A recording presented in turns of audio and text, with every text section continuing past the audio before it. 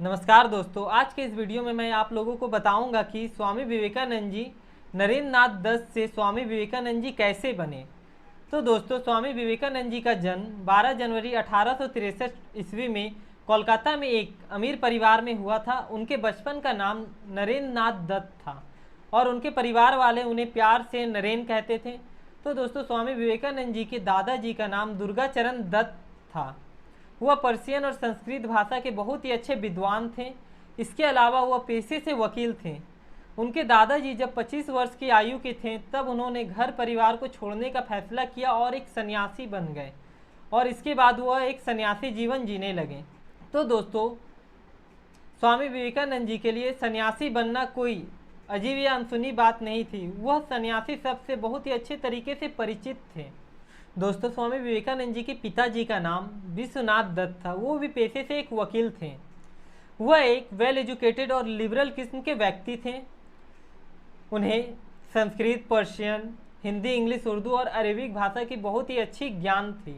वह संस्कृत में हिंदू शास्त्र का अध्ययन किए थे और इंग्लिश में बाइबल और पर्शियन में दीवाने हफीज़ को पढ़े थे।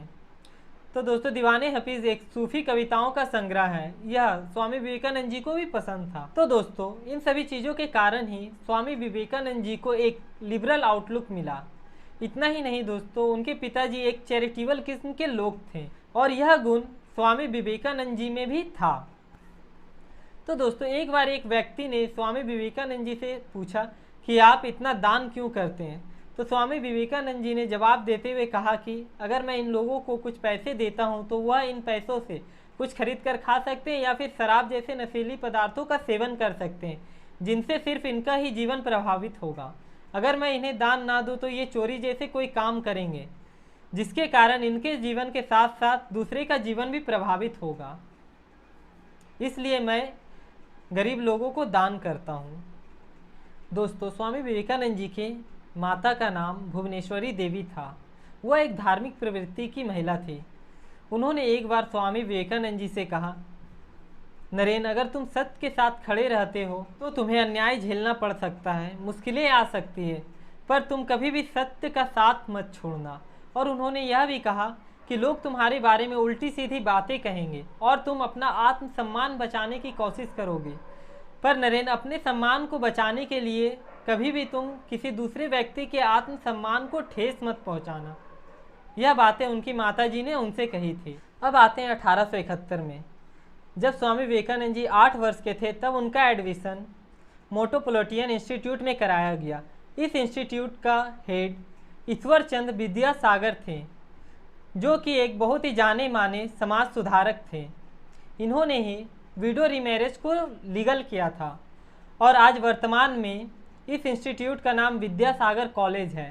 स्वामी विवेकानंद जी ने यहीं से अपनी स्कूलिंग करी और वह बचपन से ही स्पोर्ट और स्टडी में काफ़ी अच्छे थे। तो दोस्तों, स्वामी विवेकानंद जी 1879 में प्रेसिडेंसी कॉलेज ज्वाइन किए। यह वही कॉलेज था जिसकी शुरुआत डेविड हरे और उसके कुछ साथियों ने राजा राम मोहन राय के गाइडेंस के अंदर की थी।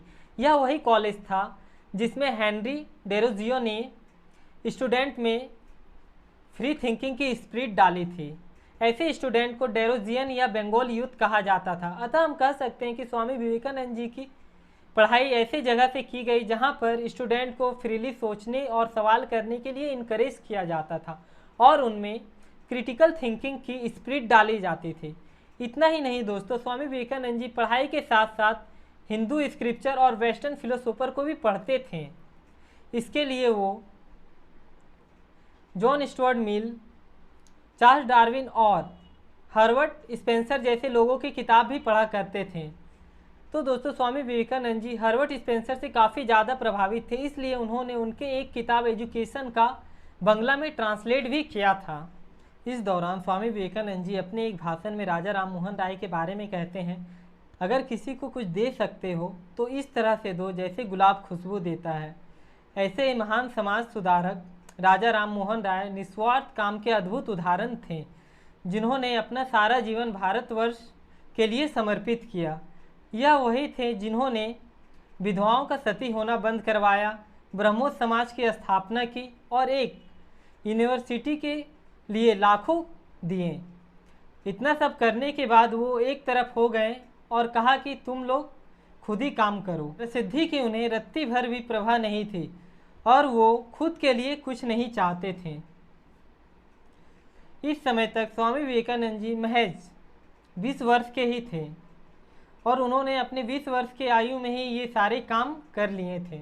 सोचिए दोस्तों, स्वामी विवेकानंद जी नॉलेज गेन करने के लिए कितने क्यूरियस थे और वो कितने अलग अलग तरीक़ों से, अलग अलग सोर्सेज से नॉलेज गेन करते थे।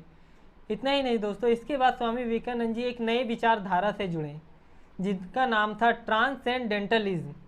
इस विचारधारा के अनुसार हमें प्राकृतिक वस्तुओं का सम्मान करना चाहिए और प्राकृतिक चीज़ों की रक्षा करनी चाहिए। और यह विचारधारा कहती है कि पर्सनल स्पिरिचुअल एक्सपीरियंस जैसी भी कोई चीज़ होती है, हर समय सोच समझ से ही काम नहीं चलता है। तो दोस्तों, स्वामी विवेकानंद जी की नॉलेज इतनी अधिक डाइवर्स थी कि उन्हें सारा विश्व अपना सा लगता था, चाहे अफ्रीका हो या अमेरिका हो या ब्रिटेन हो। तो दोस्तों, अभी तक तो यही पता चलता है कि स्वामी विवेकानंद जी एक बहुत ही अच्छे फिलोसोफर हैं। तो आखिरकार वो संत कैसे बने? तो दोस्तों, चूंकि ये वीडियो बहुत ही ज़्यादा लंबा हो जाएगा, तो अगले पार्ट में हम लोग जानेंगे कि स्वामी विवेकानंद जी संत कैसे बने। तो चलिए दोस्तों, मिलते हैं अगले वीडियो में। जय हिंद,